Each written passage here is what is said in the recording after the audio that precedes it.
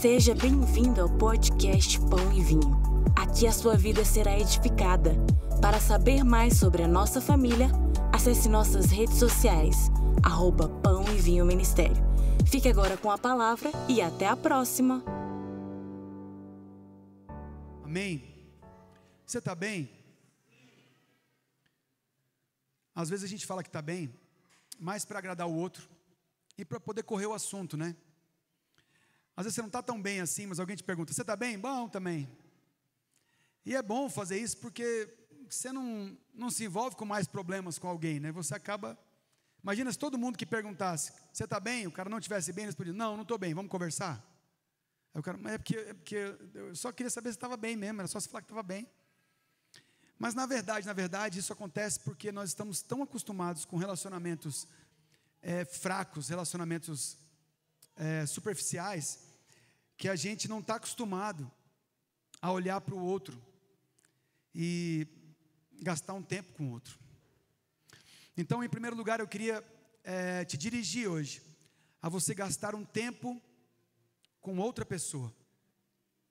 Gastar um tempo com alguém que não seja você mesmo.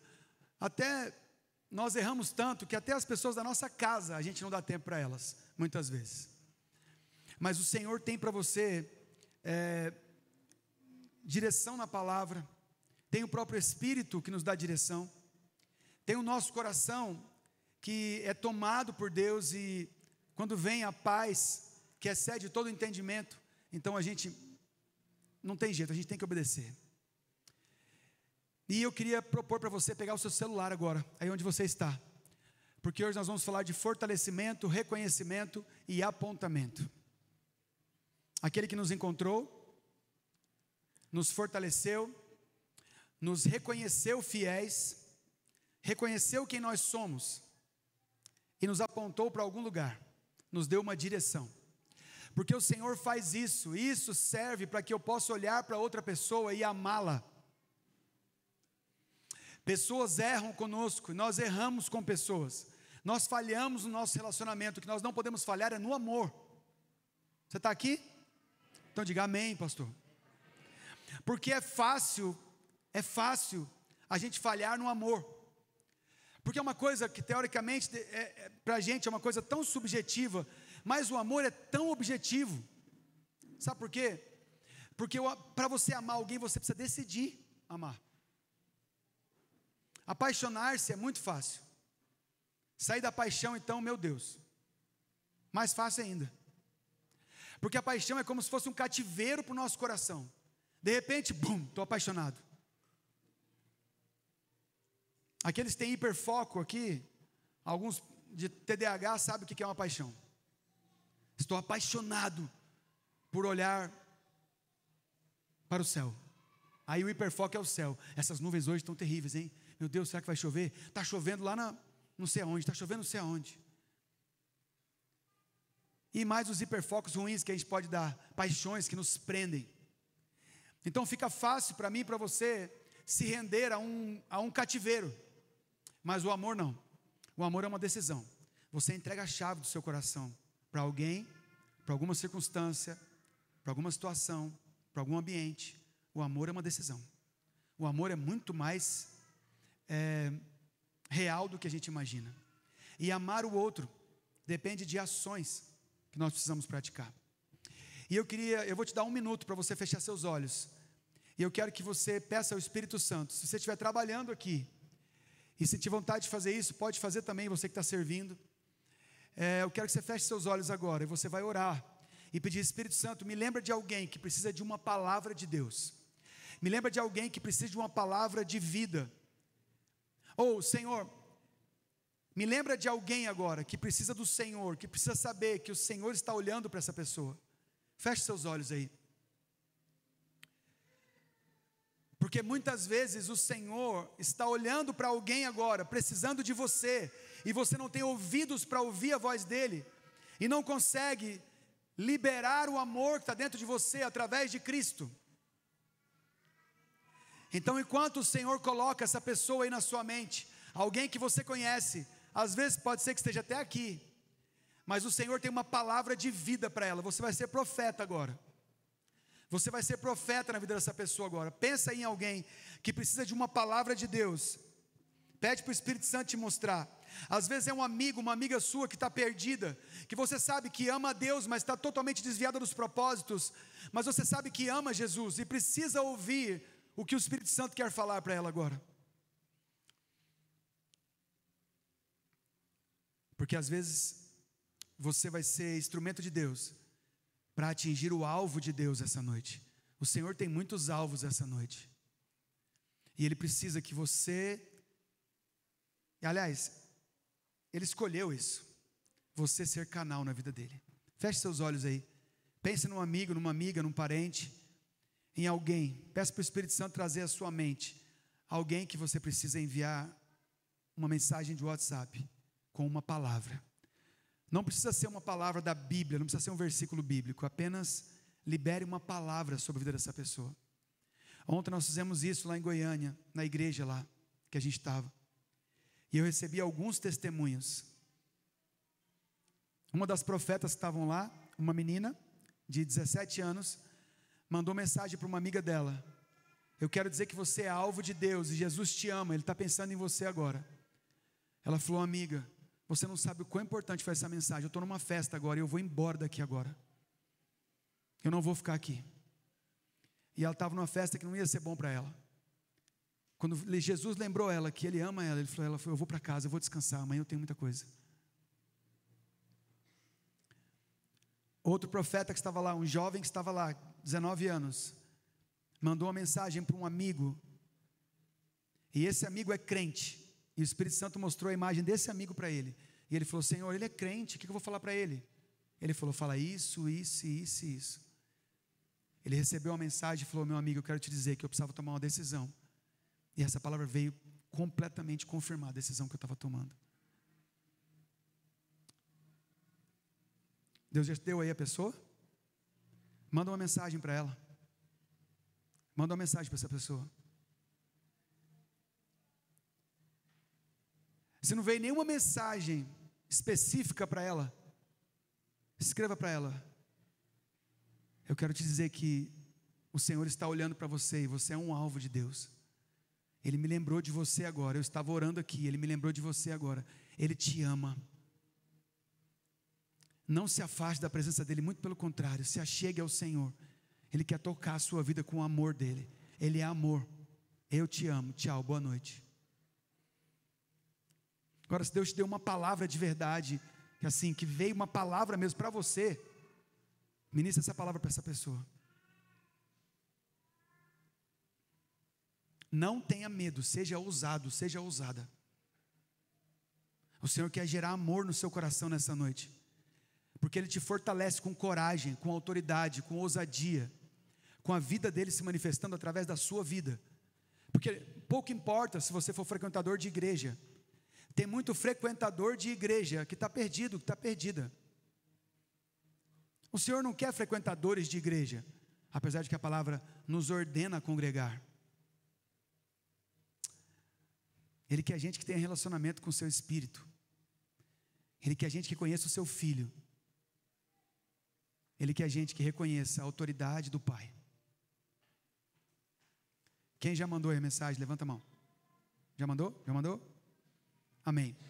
Se enquanto eu estiver ministrando aqui, a pessoa responder algo para você, levanta a sua mão, nós vamos parar e você vai falar o que a pessoa respondeu, caso você possa falar.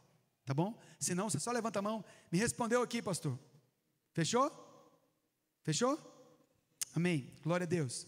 Abra sua Bíblia em 1 Timóteo 1,12. Quero te dizer uma coisa. Acabou de responder?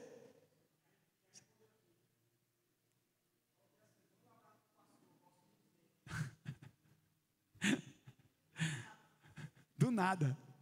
Não foi para aquele rapaz lá não, né? Que mandou a mensagem. Alguém mais? Você também, né? Se você quiser falar o que respondeu, amém. Se você não quiser também respondeu? Amém. Ei, deixa eu te falar uma coisa. Às vezes está andando no shopping. Você pode fazer assim, ó: Espírito Santo, quem é o teu alvo hoje aqui? Se Ele te mostrar alguém, tenha coragem e vai lá e fala assim: olha, me perdoa te abordar. É porque eu sou uma pessoa de oração. Eu estava orando ao Espírito Santo de Deus agora, pedindo que Ele me mostrasse alguém que era alvo dele aqui nessa noite, ou nesse dia, sei lá. E Ele me mostrou você, eu quero dizer que Ele te ama muito, você é alvo de Deus. Deus tem algo na sua vida. Tem algo que Ele quer manifestar, transformar, curar, eu não sei direito.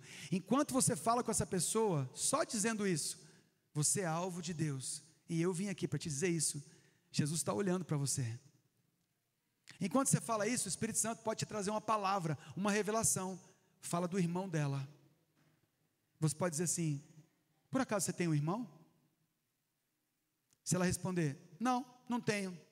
Aí você pode responder para ela: engraçado, enquanto eu falava com você, me veio uma palavra na minha cabeça. Fala do irmão dela.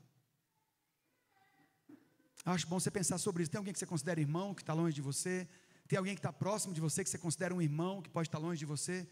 Porque veio na minha mente agora, e eu acabei de pensar nisso, falando com você sobre isso.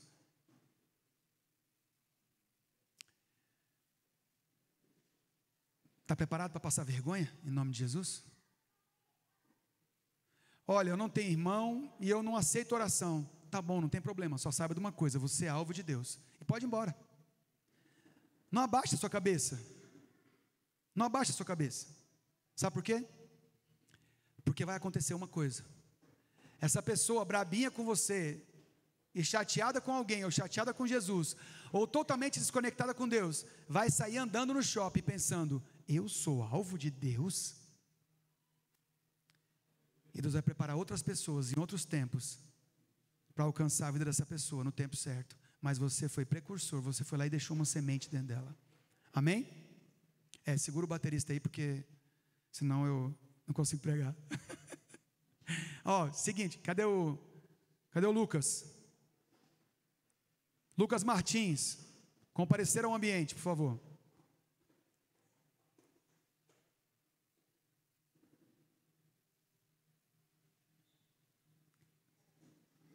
Muito bem, olha esse bebê de verde aqui, vem cá para você ver. Olha esse bebê de verde, fica de olho nele. Esse bebê de verde aí, tá vendo? A hora que eles entrarem na igreja domingo que vem, você fala assim: Jesus, mais um baterista para ensinar. Glória a Deus. Amém? Você abriu em 1 Timóteo 1,12. Sim ou não? A palavra de Deus fala assim, eu sou grato com aquele que me fortaleceu. Diga, fortaleceu. Cristo Jesus, o nosso Senhor, que me considerou fiel. Diga, considerou fiel. Designando-me para o ministério. Diga, designando-me. Amém. A mim, que em outro tempo era blasfemo, perseguidor e insolente, mas obtive misericórdia, pois fiz na ignorância, na incredulidade. Transbordou, porém, a graça do nosso Senhor com a fé e o amor que há em Cristo Jesus. Fiel é a palavra e digna de toda aceitação, que Cristo veio ao mundo para salvar os pecadores, do qual eu sou o principal. Paulo, ele descreve agora que ele é grato a Deus, porque o Senhor o fortaleceu, o Senhor Jesus o considerou fiel, e o Senhor Jesus o designou para o ministério. E se você reparar, o nosso encontro com Jesus, o nosso encontro com Deus na nossa vida, ele está acompanhado, ele está recheado, ele pressupõe um fortalecimento na nossa vida. Porque se não fosse Jesus, nós não escaparíamos de algumas coisas, e nós não passaríamos por algumas coisas fortes. Nós passamos por luta o tempo todo. Eu lembro do meu pai não está aqui hoje. Meu pai é um homem muito forte, ele trabalha até hoje ele está trabalhando menos, mas ele trabalha até hoje, e ele foi casado durante 46 anos, ele chamava minha mãe de a namorada dele, então ele namorou durante 50 anos, e ela faleceu em 2013, depois de 8 anos, ele já tinha uma amiga, que era uma grande amiga dele, que era a dona Luzia, e os dois foram se aproximando, e decidiram casar, e os dois são muito felizes hoje. Ele casou com 79 anos, ele tem 81, e os dois são muito felizes, provavelmente hoje estão indo, ou já foram para a Serra da Mesa, passar uma semana lá pescando. Só que meu pai passou.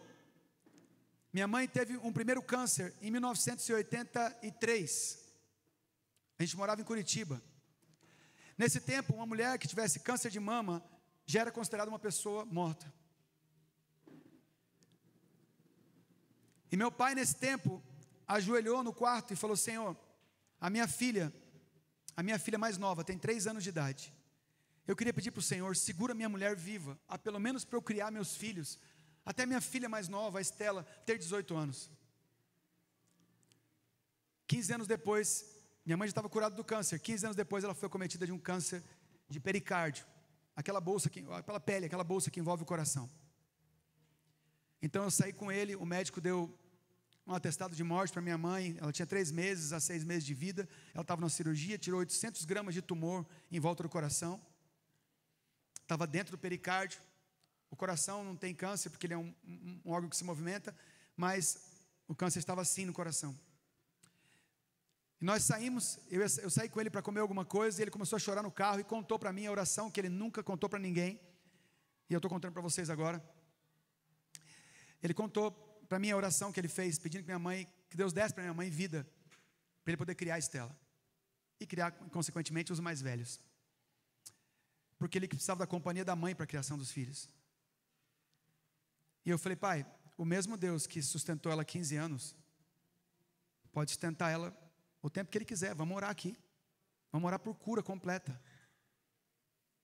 Nós fizemos uma oração no carro, os 2 chorando. Comemos, voltamos para o hospital. Quando nós voltamos, o médico chegou na gente e falou: olha, realmente é o que eu falei, é pouco tempo de vida. Quando o médico falou isso, chegaram 2 irmãos da igreja que a gente era na época, uma igreja metodista.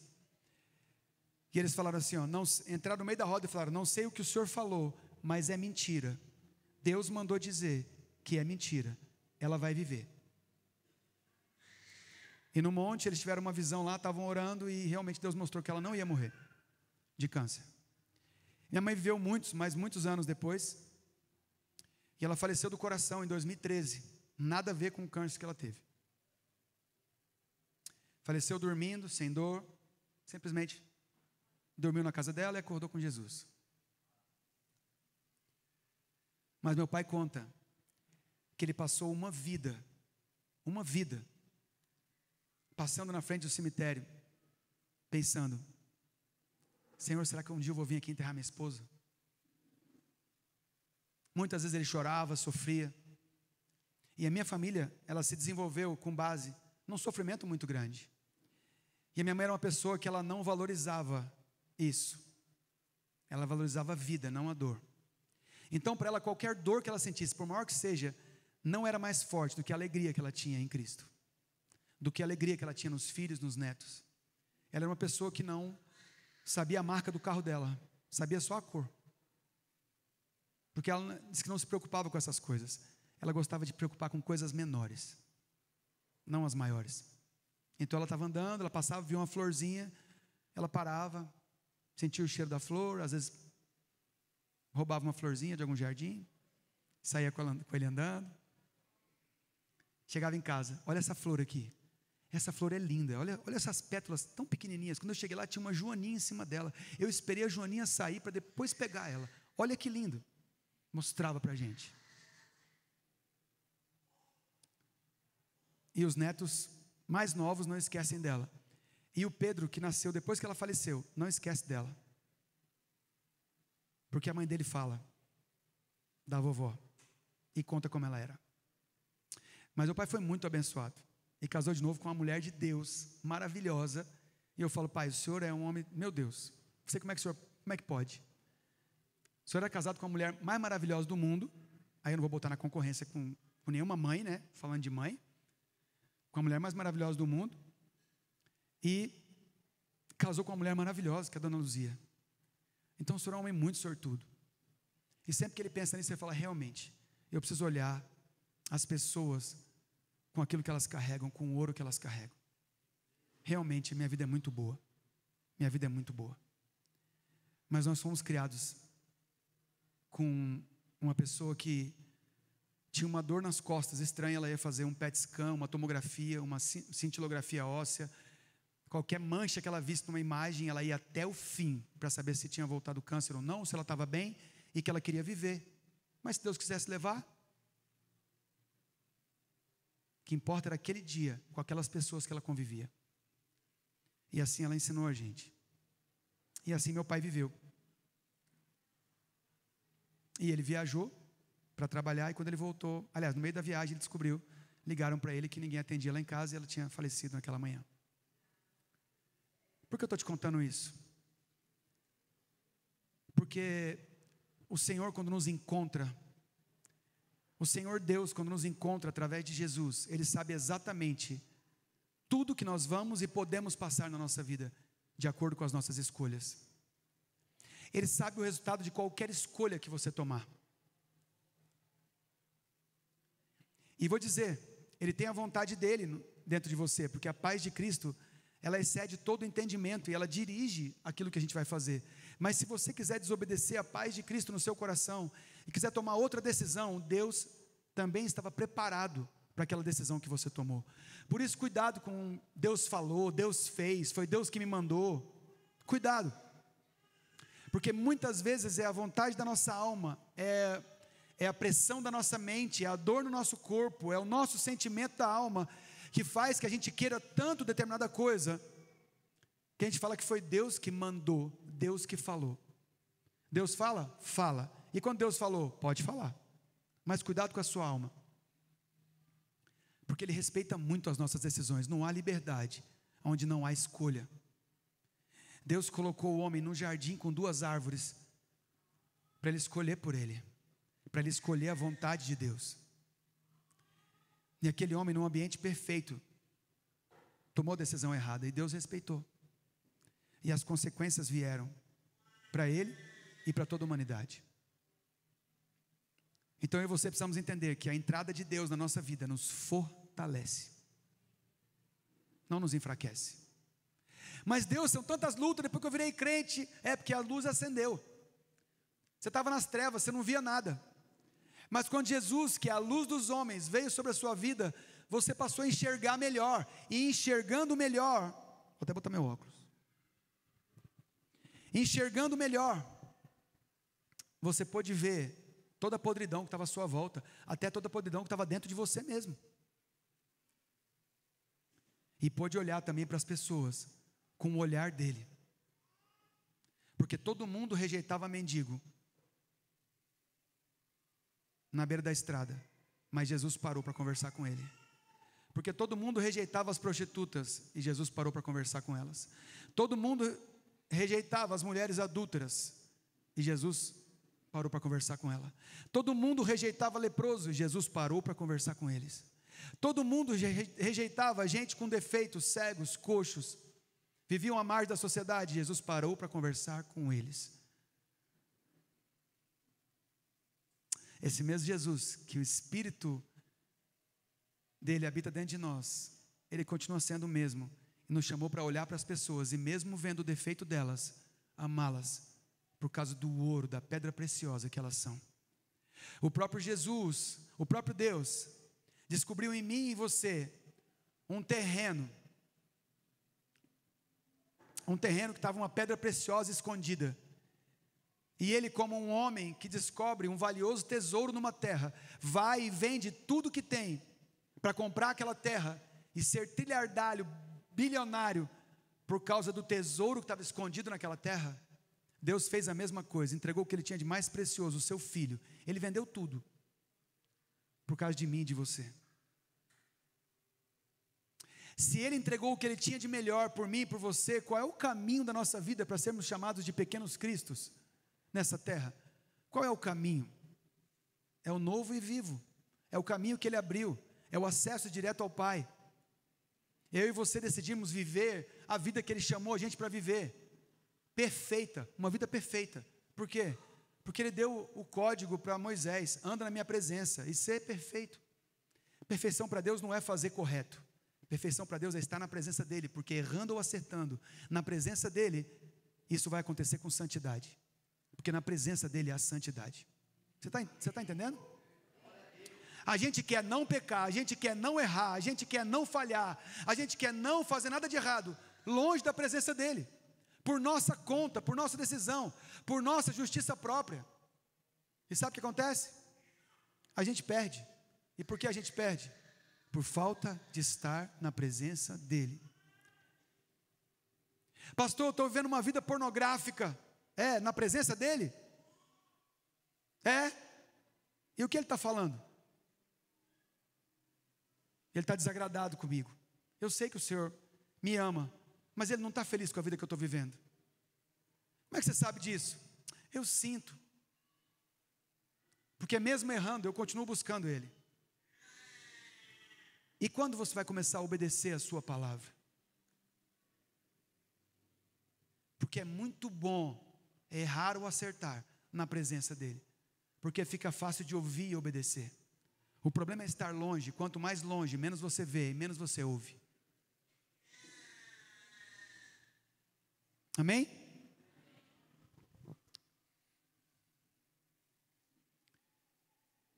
Eu que fui fortalecido nele, aquele que me fortaleceu. Quem fortaleceu Paulo? Jesus Cristo, nosso Senhor, que me considerou fiel.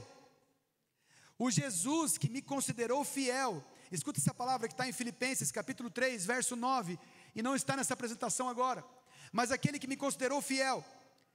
Filipenses 3, 9, olha o que está escrito: sim, deveras considero tudo como perda, por causa da sublimidade do conhecimento de Jesus, meu Senhor, por amor do qual perdi todas as coisas, e considero como refúgio para ganhar a Cristo, e ser achado nele.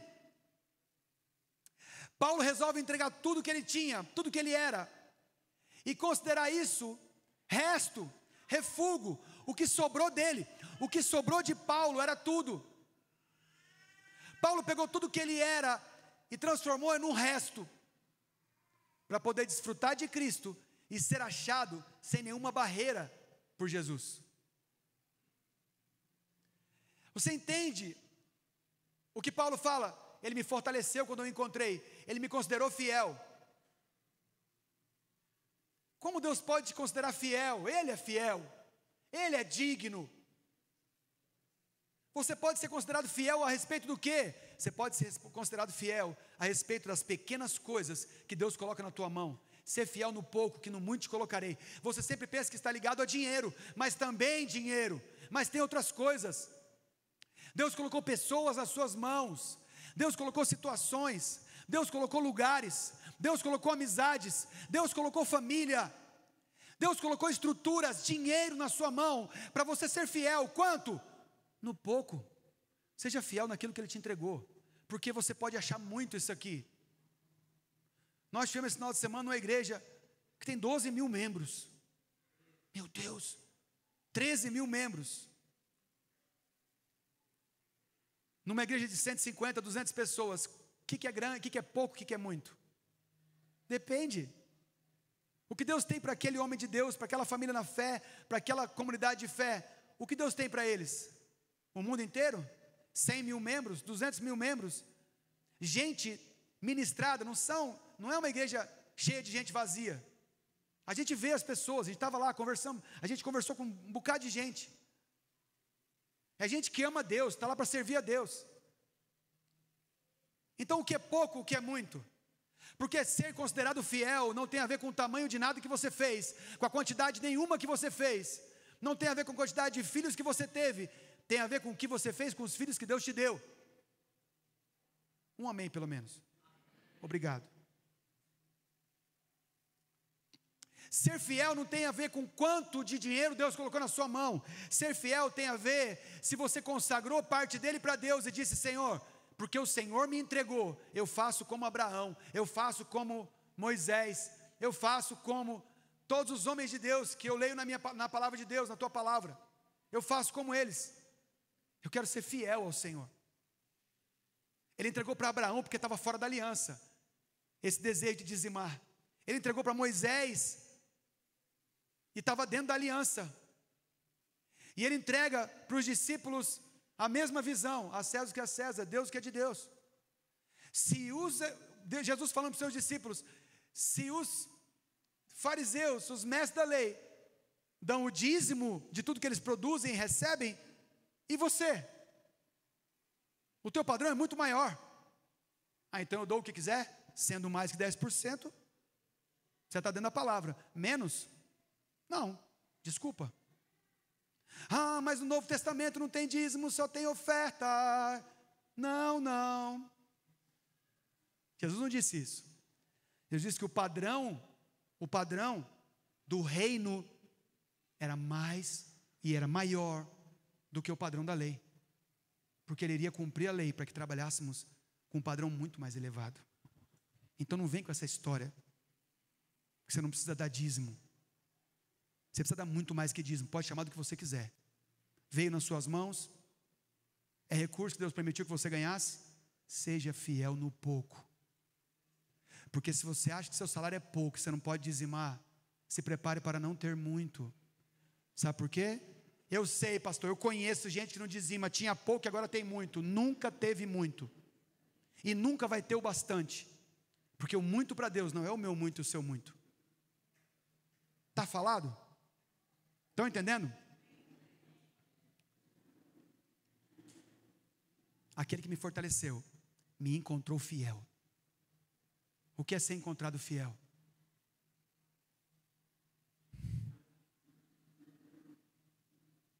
O que é ser encontrado fiel? Deus me encontrou fiel à minha esposa? Deus me encontrou fiel ao meu pastor? Deus me encontrou fiel a meu chefe? Deus me encontrou fiel? Não, Deus me encontrou fiel a Ele. E o que eu preciso ter fidelidade é com o que Ele deixou escrito para mim e com o que o seu Espírito fala comigo. Eu preciso ser fiel à sua palavra. Foi assim que ele foi encontrado fiel. Deus designou ele para alguma coisa e ele falou: pode contar comigo, eu me submeto à tua vontade. Isso é ser fiel. Quando que eu me submeto? Todo o tempo. O Senhor me colocou naquele lugar, tem que fazer o que ali? Na pão e vinho, tem que andar de terno? Não. Pode andar de terno? Pode. Então, vou ser fiel. Você vai em outra igreja, só pode subir no altar de terno. Você vai reivindicar o quê? Cara, seja fiel a Deus, obedeça às autoridades, faça o que tem que ser feito. Que mal tem você obedecer? Nenhum, só bênção. Porque a Bíblia está recheada de palavras sobre bênçãos que vem depois da obediência. Eu ia falar precede, mas a obediência precede a bênção. É bíblico.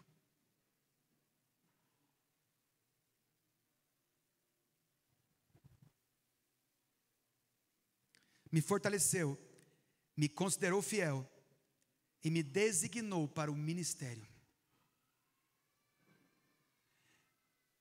Me fortaleceu, me considerou fiel e me designou para o ministério.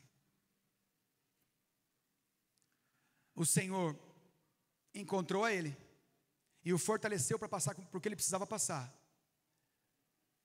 Reconheceu nele algum nível de fidelidade que Deus pudesse contar com ele para aquilo que Deus queria fazer. Entenda. E designou ele para o serviço a Deus. Ponto. Qual o seu serviço para Deus? Pastor, um dia eu vou estar aí no altar, um dia eu vou estar pregando, aí sim eu vou servir a Deus. Que bobeira, que tolice. Você foi chamado, e você foi designado, e às vezes você nem está percebendo, que Deus já te enviou para o lugar onde Ele quer te usar. Você está esperando alguém fazer alguma coisa, ou falar alguma coisa, você está esperando alguém te apontar um lugar, Ele já te apontou. Entra no teu serviço e fala assim: Senhor, se não tiver propósito aqui, me tira, me coloca em outro lugar. Faz essa oração com o seu coração para você ver. Se tiver propósito, Ele te mostra, se não tiver, Ele te tira. Começa uma amizade. Senhor, eu queria saber se tem propósito eu continuar entregando meu coração para essa pessoa e sendo vulnerável. Tem propósito nisso? Eu a amo, eu quero bem, o que ela precisa de mim, amém, mas tem propósito eu continuar com essa vida? Sendo que eu estou sendo machucado, sendo ferido. Se tiver propósito, eu permaneço, eu quero ser fiel. Nós vamos chegar junto lá. Se não tiver, resolve a situação. Entra nesse negócio comigo. Isso serve para qualquer coisa. Porque a única coisa que Ele quer te encontrar fiel. E Ele te pôs dentro de você o Espírito. Por quê? Justamente porque Ele quer te fazer fiel. Amém? Glória a Deus. Ah, meu Deus.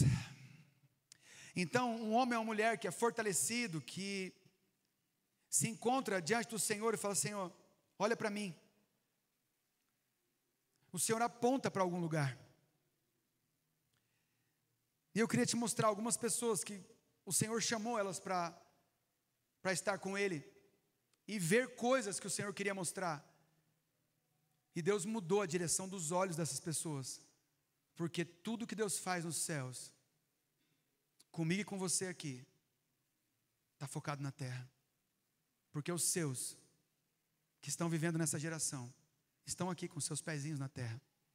Abra aí Apocalipse 1:11, e eu quero te mostrar um texto.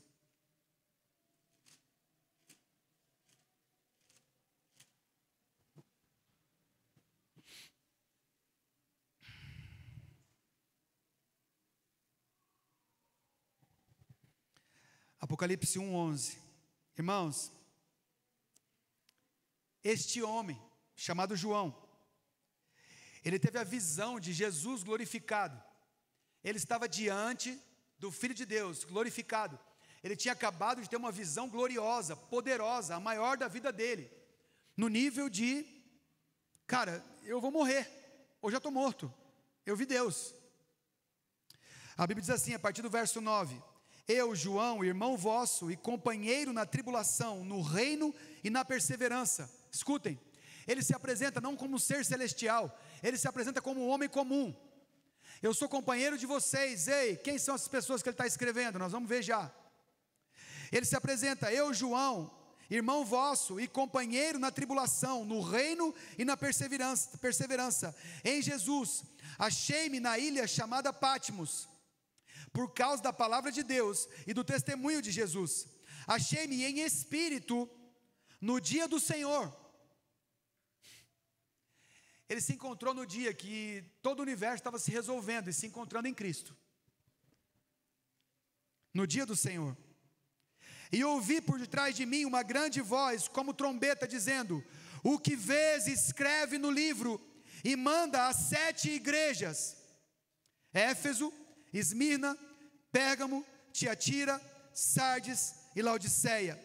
E voltei-me para ver quem falava comigo, e voltado vi 7 candeeiros de ouro, e no meio dos candeeiros de ouro vi um semelhante a filho de homem, com vestes talares e cingido à altura do peito, como uma cinta de ouro. Era um sacerdote pronto para o casamento.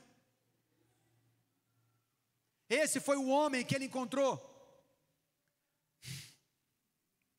Ele encontrou no meio dos candeeiros, no meio da luz de Deus, no meio daquilo que representa o Espírito de Deus, ele encontrou o Filho do Homem. A sua cabeça e cabelos eram brancos como alva lã, como neve, os olhos como chama de fogo, os pés semelhante a bronze polido, como que refinado numa fornalha, a voz como uma voz de muitas águas. Tinha na mão direita 7 estrelas, e na boca saía-lhe uma espada afiada de 2 gumes, e seu rosto brilhava como o sol na sua força. Quando o vi, caí a seus pés como morto, porém ele pôs sobre mim a mão direita, dizendo: não temas, eu sou o primeiro e o último, eu sou aquele que vive. Eu estive morto, e eis que estou vivo pelos séculos dos séculos, e tenho as chaves da morte e do inferno. Escreve, pois, as coisas que viste, e as que são, e as que hão de acontecer depois dessas. Depois ele continua. Ele vê Jesus. Jesus se apresenta para ele da sua forma gloriosa, como aquele que virá buscar a sua noiva. Ele não teve a revelação da noiva se apresentando para Jesus. Ele mesmo estava lá, representando a noiva. E Jesus poderia ter dito para ele: fica por aqui, eu vou trazer muitos iguais a você. Não, ele falou: volta, escreve as coisas que são e as coisas que há de vir, para as pessoas que estão com seus pezinhos ali na terra, porque tem muita coisa que elas precisam saber. para que a gente possa se encontrar. Seus olhos estão em mim. Você caiu em terra, ele pôs a mão direita em cima dele, pesou a glória de Deus em cima dele e disse: volta, escreve, informa. Ele olhando para Jesus, Jesus falou: olha para a terra, tem gente lá que eu amo, fala para eles. Está entendendo o que eu estou falando? Você está tão preocupado em olhar para Jesus e esquecendo que Ele habita dentro de você com seu espírito e quer que você olhe para as pessoas que estão à sua volta e seja um carregador da mensagem. Você é alvo de Deus, você é alvo de Deus, você é alvo de Deus, você é alvo de Deus, você é alvo de Deus. Fortalecido, encontrado fiel e apontado para aquilo que tem que ser feito. João foi apontado para aquilo que tem que ser feito. E ele viu coisas que são maravilhosas e terríveis, e por ele ter ficado por lá. Mas Deus trouxe ele para ver coisas maravilhosas e terríveis, coisas gloriosas, e o apontou de volta para a terra. Amém? Glória a Deus. Abra comigo em Apocalipse capítulo 4, verso 8.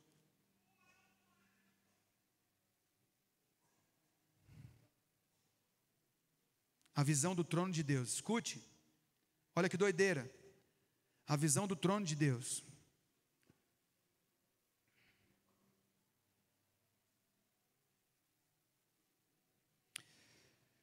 Ah, meu Deus. Eu ainda tenho tempo. A partir do verso 1. Depois dessas coisas, olhei e eis que não somente uma porta aberta no céu, como também a primeira voz que ouvi como de trombeta ao falar comigo dizendo: sobe para aqui e te mostrarei o que deve de acontecer por essas coisas. Imediatamente eu me achei em espírito e eis armado no céu um trono, e no trono alguém sentado, e esse que se acha sentado é semelhante no aspecto à pedra de jaspe, de sardônio. Ao redor do trono há um arco-íris semelhante ao aspecto à esmeralda, no aspecto à esmeralda. Ao redor do trono há também 24 tronos, e assentados nele 24 anciãos vestidos de branco, em cujas cabeças estão coroas de ouro. Do trono saem relâmpago, vozes, trovões. Diante do trono ardem 7 tochas de fogo, que são os 7 Espíritos de Deus.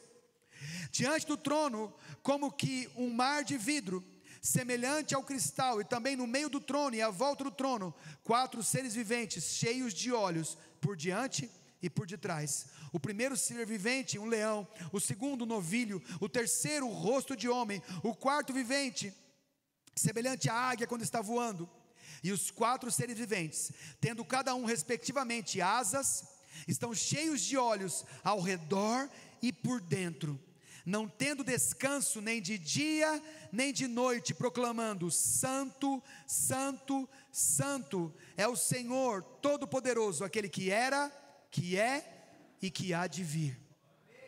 Quando esses seres viventes derem glória, honra e ação de graças aos que se encontram assentados no trono, e os 24, e ao que vive pelos séculos dos séculos, os 24 anciãos prostrar-se-ão diante daquele que encontra sentado no trono, adorarão o que vive pelos séculos dos séculos, depositarão as suas coroas diante do trono, proclamando: Tu és digno de receber toda a honra, a glória, a honra e o poder, porque todas as coisas tu criaste, sim, por causa da tua vontade, vieram a existir e foram criadas. O trono de Deus, ele possui seres que olham para ele por dentro e por fora e veem diante dele a glória das coisas criadas.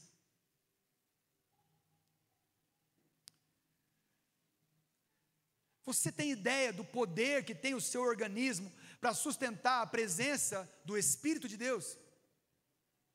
Eu e você fomos chamados para suportar a pressão do Criador do universo, habitar dentro de nós. Ele fala conosco, nós ainda pelejamos para ouvir. O nosso organismo físico sustenta o rei do reino do Espírito, o rei do reino dos mortos, o rei do reino dos vivos, o Criador dos céus e da terra. Ou seja, tudo que é espiritual e tudo que é natural, criado por Deus. O seu espírito é sustentado dentro de mim e de você. E a gente tem dificuldade de ouvir essa voz, de vozes de águas e trovões, relâmpagos. Você sabe por quê? Porque nossos olhos estão voltados para o lugar errado. Quando você começar a olhar para o próximo, essa voz de trovão vai começar a falar dentro de você. E quando você fez isso, você sabe que Deus falou com você. E quando você propõe um relacionamento com Deus e fala, Espírito Santo, fala comigo, porque tem pessoas que precisam de ti, e eu quero ser usado pelo Senhor. Se tiver alguém aqui que está afastado de Deus, se sente afastado da presença de Deus, e tem saudade de ouvir a voz de Deus dentro de si, nós vamos orar por você hoje. Se tem alguém que nunca confessou Jesus como Senhor e Salvador da sua vida, nós vamos orar com você também, porque você precisa experimentar o que é a voz de Deus ecoando dentro de você, e começar a te apontar pessoas, e você vai começar a amar essas pessoas com o amor de Deus, e vai ser usado com palavras, às vezes detalhes simples. Você vai começar a se preocupar com as pequenas coisas, ser fiel nas pequenas coisas, para que Ele te encontre fiel. Com os olhos no trono, envolvidos pela presença, nossos olhos são apontados para a terra. O mesmo homem que viu tudo isso precisava escrever cartas para igrejas que estavam na terra.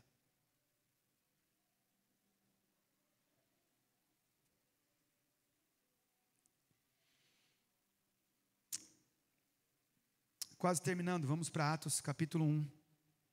Atos capítulo 1.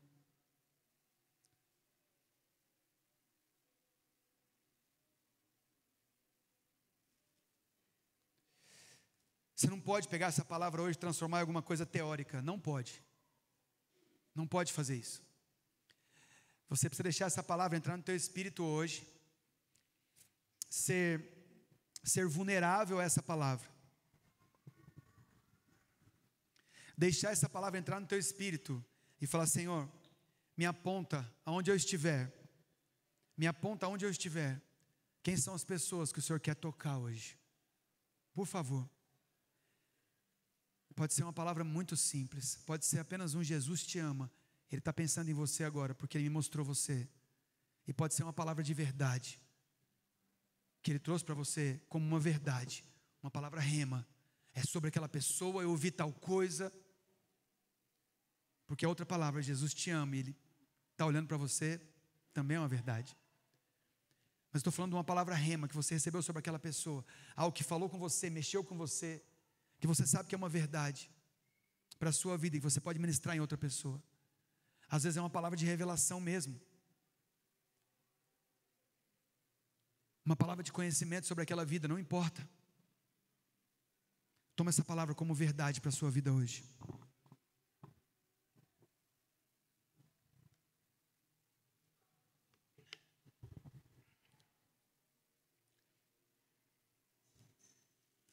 Atos capítulo 1, no verso 11, diz assim,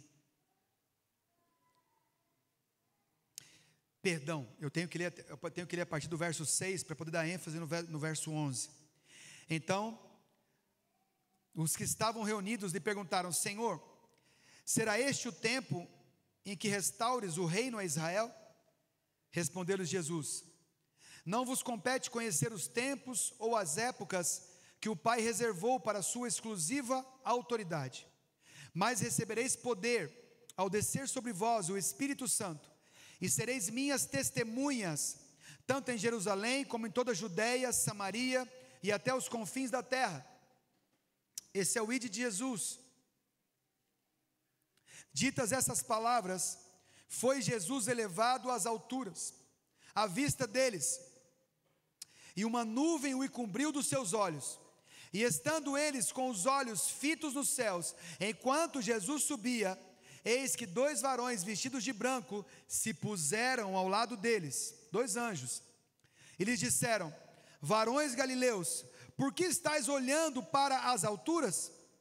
Este Jesus que dentre vós foi assunto ao céu, virá do mesmo modo como vistes subir. Ele disse para eles: ei, vocês estão olhando o que para cima? Os caras acabaram de receber o ID de Jesus, e ele começa a subir na frente deles. Claro que eles estariam olhando para cima, é óbvio. O Jesus deles, que eles viram glorificado, acaba de dar uma palavra e uma direção para eles. Ele começa a subir, eles estão olhando ele subindo. Ele está subindo. Uma nuvem envolve ele. E eles ali olhando, 2 anjos aparecem. Ei, o que vocês estão olhando para cima? O mesmo que subiu vai descer. Tira os olhos aí de cima. Olha para a terra. Continuando. Então, voltaram para Jerusalém, do monte chamado Olival, que dista daquela cidade, tanto como a jornada de um sábado. Quando ali entraram, subiram para o cenáculo, onde se reuniram Pedro, João, Tiago, André, Filipe, Tomé, Bartolomeu, Mateus, Tiago, filho de Alfeu, Simão, o Zelote, e Judas, filho de Tiago. Todos esses perseveravam unânimes em oração, com as mulheres, com Maria, mãe de Jesus, e com os irmãos dele. E começaram tudo dali. Eles poderiam ter ficado naquele lugar e montado uma seita do Nazareno que voou. E essa seita declarava: aqueles que virem ele descer são santos, aqueles que virem ele descer são ungidos, aqueles que virem, quem viu subir? Só nós, então nós somos os maiorais. E quem vê descer? Aí você tem o poder de Deus. Viu ele? Vi, tem o poder de Deus. Podiam montar uma seita, mas os exércitos de Deus vieram àquela hora e falaram: tira os olhos de cima, volta para a terra, vocês têm um trabalho para executar aqui. Eles saíram, foram para Jerusalém, encontraram os outros apóstolos em oração, junto com Maria e outras mulheres, e os irmãos de Jesus, orando, talvez adorando, intercedendo. E dali para frente, começou tudo na vida deles. Eles entenderam que eles tinham que olhar para onde Jesus estava olhando.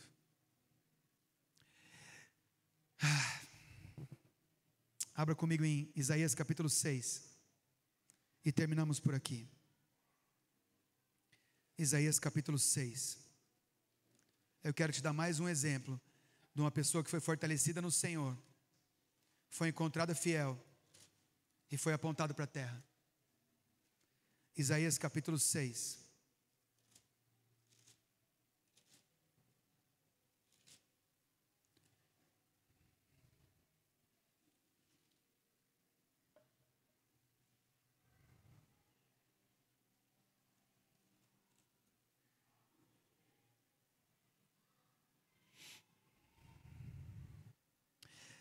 Isaías, outro homem que teve de frente, respondeu?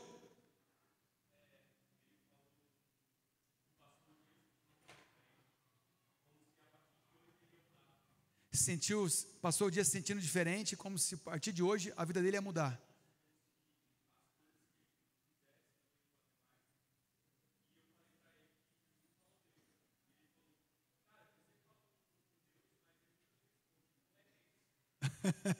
Vocês escutaram isso? Eu acho lindo isso. Eu sempre falo com Deus, meu amigo, mas Ele nunca me responde. Como é que acontece isso? Do nada Ele resolve me responder. Mais alguém? Quem você mandou a mensagem respondeu? Não precisa falar o que é não, só se respondeu, só levanta a sua mão. Amém. Mais alguém? Respondeu, Pretinha? Respondeu também? Glória a Deus. Você foi chamado para isso. Você foi chamado para olhar para o outro, não para si mesmo. Isaías capítulo 6, verso 8. Pensa nisso. De novo, vou começar do começo. Verso 1. No ano da morte do rei Uzias, eu vi o Senhor assentado sobre o alto e sublime trono, e as abas de suas vestes enchiam o templo. Um Deus muito grande. Serafins estavam por cima dele, cada um tinha 6 asas, com uma asa cobria o rosto, com 2 asas cobria o rosto, com 2 cobriam os pés e com 2 voava. E clamavam uns aos outros, dizendo: Santo, Santo, Santo é o Senhor dos exércitos, e o céu está cheio da sua glória. É isso? É isso? Ah não, a Bíblia de vocês está escrito terra. É por isso, porque os anjos diante de Deus, olhando a glória de Deus, eles dizem: santo, santo, santo é o Senhor dos exércitos, a terra está cheia da sua glória. Porque Cristo em nós é a esperança da glória.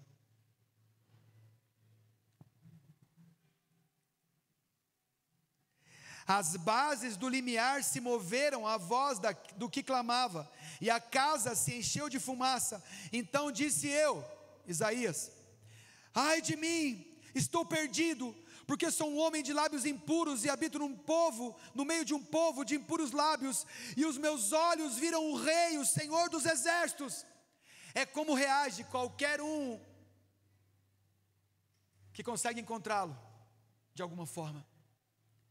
Meu Deus, como o Senhor vai poder me usar? Como eu posso ligar para alguém? Como eu posso mandar um WhatsApp? Como eu posso encontrar alguém na rua e dizer que Deus ama ela, que ela é alvo de Deus? Se eu sou tão assim, tão podre, tão perdido, tão pecador. Eu sou tão fraco, falho, cego, nu. Eu não tenho nada. Se eu fosse pelo menos igual a fulano, igual a ciclano. Não.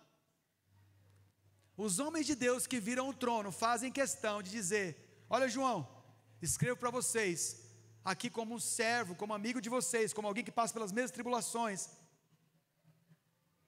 Eu sou conservo de vocês. Isaías: Senhor, eu vou morrer. Então um dos serafins voou para mim, trazendo na mão uma brasa viva que tirara do altar com uma tenaz. Serafins são anjos de fogo, anjos que pegam fogo, o fogo da glória. Então ele não veio trazendo da natureza que ele não conhece, ele foi diante do trono, porque ele está acima de Deus tem fogo. Eles estão voando em cima do altar, no altar tem fogo. Ele pega um pouco do fogo do altar, da centelha do altar, de um pouquinho do fogo do altar, e vem com uma tenaz, com uma brasa viva, e queima os lábios de Isaías, diz assim: eu vou te queimar com santidade. Eu vou modificar a estrutura dos seus lábios com santidade. E a partir de agora, vai mudar a sua mente, as suas emoções, o seu espírito, o seu corpo. Porque quando os lábios deles são queimados, a brasa tocou a minha boca, no versículo 7, e eu disse: eis que ela tocou os meus lábios. E ele disse: eis que ela tocou os teus lábios, e a tua iniquidade foi tirada, e perdoado o teu pecado. Porque ele estava envolvido em meio a um povo com iniquidades, pecados geracionais, pecados de estimação, coisas que aconteciam em sua casa, sua família, coisas que vinham de geração em geração, tocando a sua vida. Um homem que punha a culpa nos outros. Eu tenho lábios impuros, e eu estou no meio desse povo de impuros lábios. É por causa do meu pai que era assim, Senhor, é minha mãe que era assim, é porque nós somos criados desse jeito, é pelo que nós passamos, é por causa das lutas, eu sou assim, Senhor, eu não consigo me livrar desses pecados, porque o Senhor sabe, né, eu fui ensinado assim. Deus fala: vem para mim, vem para o meu altar, vem para a minha presença, vem ter contato com o meu fogo, que eu vou queimar seus lábios, e vai mudar a sua mente, sua maneira de pensar. Quando nós nos deixamos ser tocados por Deus, quando nós vamos até o altar de Deus, isso não é, pode ser aqui hoje o altar de Deus para você, mas não é isso, é uma vida de altar, de rendição, é você chegar na sua casa e não fazer a mesma coisa. Kelvin, é de Deus demais, ele passou o dia pensando: minha vida não vai ser a mesma, não vou fazer as mesmas coisas que eu fazia, não é isso? E Deus fala: acabei de te encontrar, você precisa ligar para ele amanhã, você precisa conversar com ele, você precisa passar ou o podcast ou esse vídeo para ele, é sobre ele. Escutem, uma vida de altar fala de uma vida na presença. Você toda hora é chamuscado pelo fogo da santidade, você é tocado pela santidade dele, ele começa a mudar a sua estrutura. Presta muita atenção aqui, ele começa a mudar a sua estrutura, e quando Deus muda a nossa estrutura, só tem um apontamento: a terra. As pessoas, já viu o profeta pentecostal dizer terra? Já viu? Porque você foi feito da terra, você foi tirado da terra, a tua estrutura. Vai estudar química, vai ver os caras que estudam a criação do homem. Você tem os elementos da terra. Você volta para a terra e se mistura com ela, só sobram os óculos, mais nada.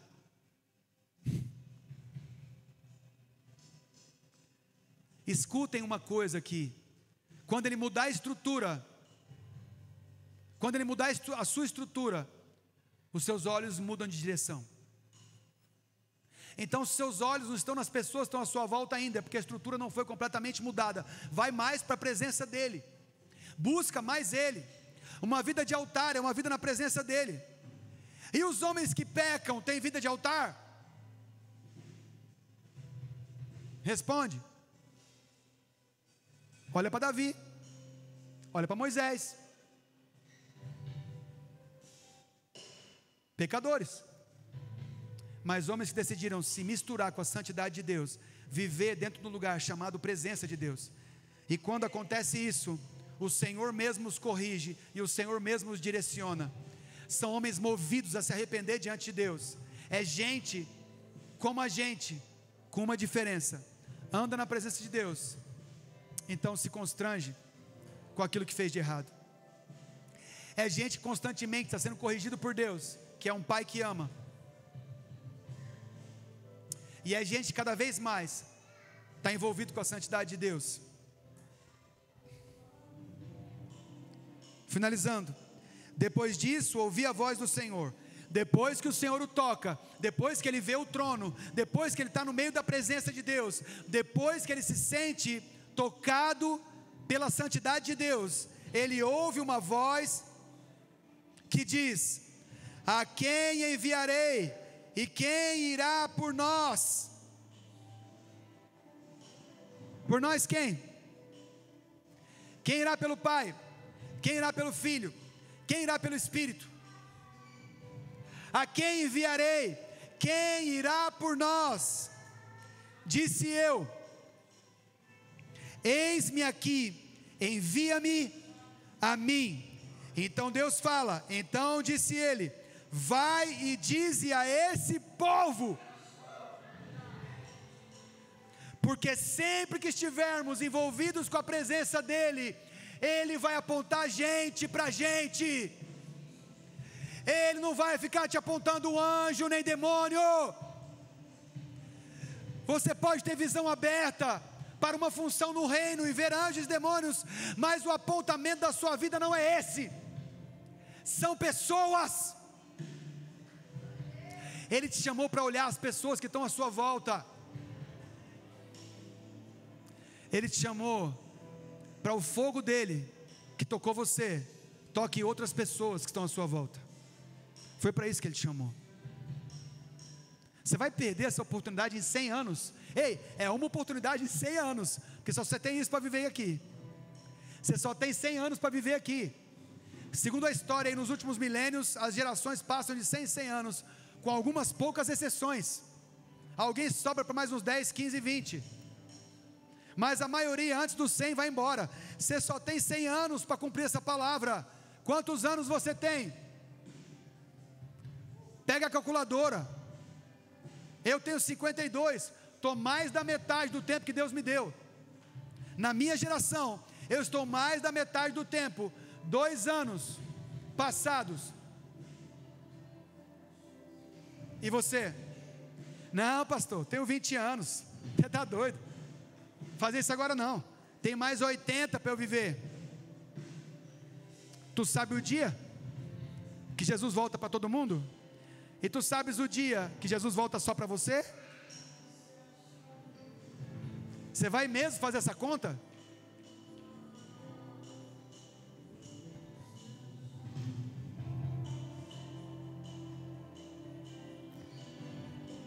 Se essa palavra não te mover durante a semana, é porque você não quis. Porque se você quiser, ela vai te mover. Levante-se do seu lugar.